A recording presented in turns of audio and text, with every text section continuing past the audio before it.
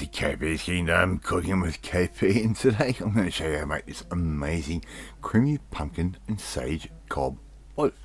This is the best party dish ever. Alright, let's get on with it. You're going to need all this stuff and a little bit more, but I'll go through that as we progress. Alright, so a butternut pumpkin. All I've done there is de-seeded and peeled that, cut those up into some nice chunks, little bit of oil over the top, olive oil, vegetable oil, canola oil, peanut oil, it does not matter. Give that all a little bit of salt over the top, just a nice saltage. Alright, straight over the top. Oven is sitting at 180 degrees. That is going in, and I'm going to cook that off for about 35 to 45 minutes until it's soft. Here we've got about 100 grams worth of butter. I've got around about 3 cloves of garlic. I'm using some garlic paste and some dried oregano. I'm going to put that in the microwave 30 seconds or so. Let that all get together. Alright, we've got half a brown, or sorry, 1 brown onion and around about sort of 15 grams worth of butter, and I'm going to caramelize those onions off. Alright, our pumpkin has already cooked, and all we're going to do now is simply just mash that. Alright, so I'm going to use a nice coarse masher and just mash that pumpkin all together. Okay, just like that.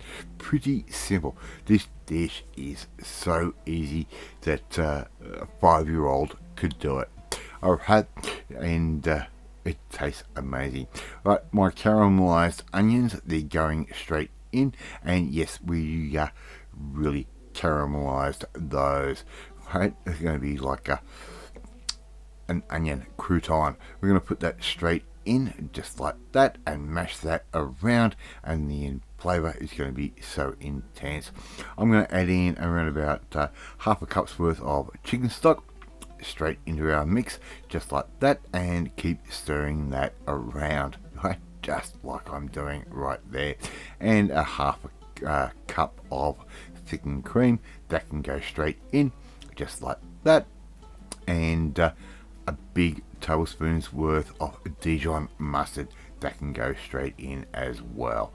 Very, very simple. All these flavors are just amazing. Wait till the final product.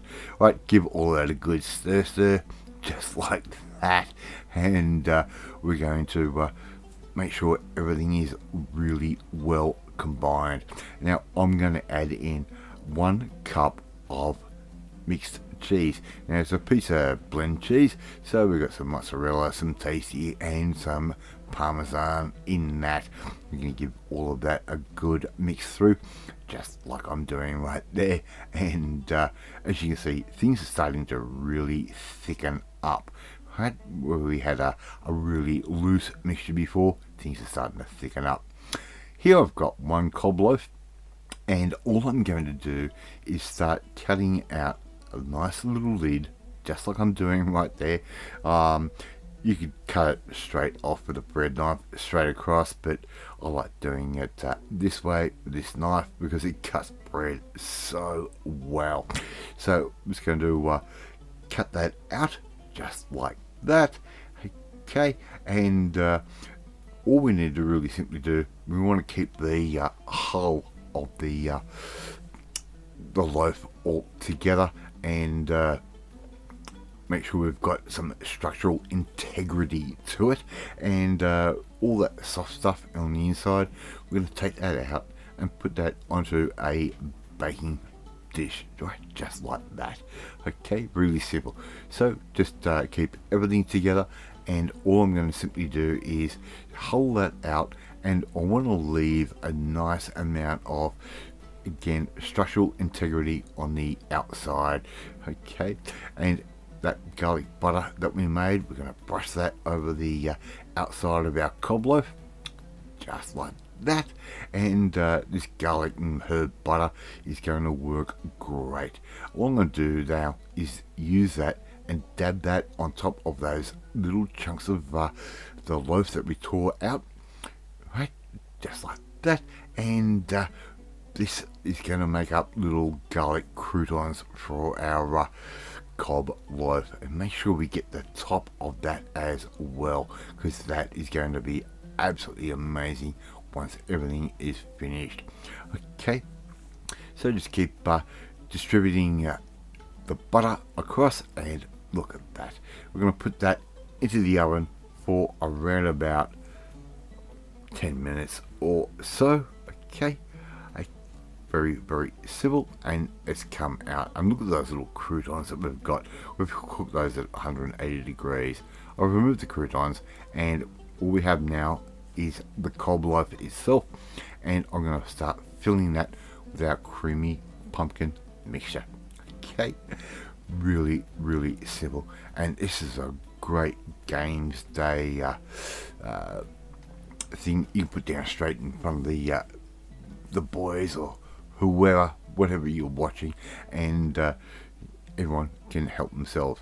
I'm going to ladle on about half a cup's worth of that piece of cheese, and I'm going to put some sage leaves over the top. And once that starts cooking off in a little while, that oil from the sage leaves is going to permeate our chicken dip. Okay, really nice and simple. Alright, that's going to go back in the oven again until everything is melted and nicely liquefied, and we've got a internal temperature of somewhere around about 60 to 70 degrees.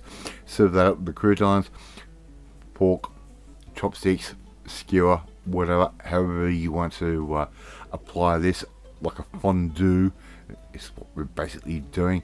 Anyway, let me see you try and make this one at home. It is fun, it is amazingly tasty, and really healthy. Thank you so much for watching this video, really do appreciate it. If you like this video, hit that like button, it gives me confidence and make you feel warm and fuzzy too.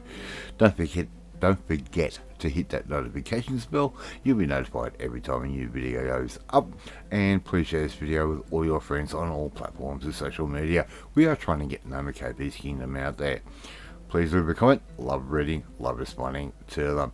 In the meantime, you want to learn how to make a really easy party dish like this one? Well, you need to come and join the family, my family. Hit that subscribe button, and you'll never miss another one of my videos again. Off to share my creamy pumpkin and sage Cob Loaf with some friends, and I will catch you next time.